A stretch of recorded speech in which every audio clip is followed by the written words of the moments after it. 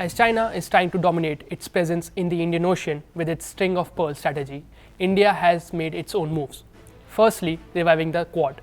Standing with the United States of America, Japan, and Australia, India is working towards a free, prosperous, and restriction-free Indo-Pacific region for the world.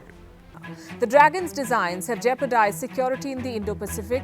China has refused to respect internationally accepted maritime laws, challenged the rules-based order, claimed some islands, built artificial ones. Basically, China has become a threat to peace in the Indo-Pacific. These images show the projection of power.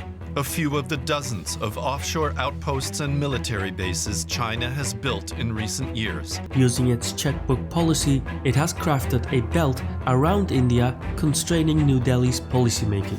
Now, India looks to even the score with its own parallel discourse dubbed the Necklace of Diamonds. This is where the Quad comes in. Its prime objective now is to contain China.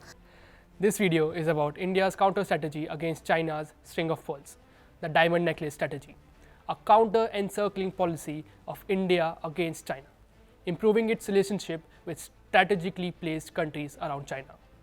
Delhi made good relations with countries like Singapore, Oman, and Indonesia, as it got direct military access to these countries' ports in 2018 and access to Seychelles port back in 2015.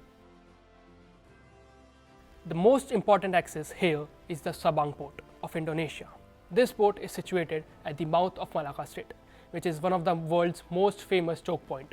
Around 70% of China's oil trade moves through this strait, and the presence of Indian military at Sabang port will pressurize Beijing not to take a wrong step. So far, India has sold BrahMos missile and 4 patrol boats to Vietnam, maintaining good relationship with the country. And cherry on the top is India's very own Andaman and Nicobar Islands.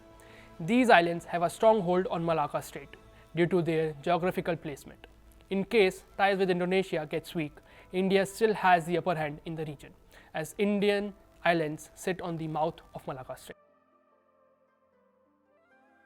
Military access to Duqm port, situated in the southern eastern part of Oman, secures India's crude imports from the Persian Gulf. Also helps to keep a check on China's Gwadar port in Pakistan. And naval base in Seychelles Assumption Islands will help India to make its presence in the African continent, keeping an eye on Djibouti. Roughly, the world's 10% trade passes the coast of Djibouti, as it is directly positioned at the Bab al-Mandab Strait, which connects Europe and Asia. So, to take care of swift flow of shipments and prevent flight from Somali pirates, major world powers like United States, France, and China have established their military presence in Djibouti.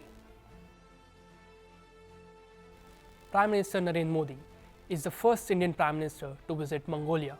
In 2018, India and Mongolia decided to establish an air corridor for bilateral trade.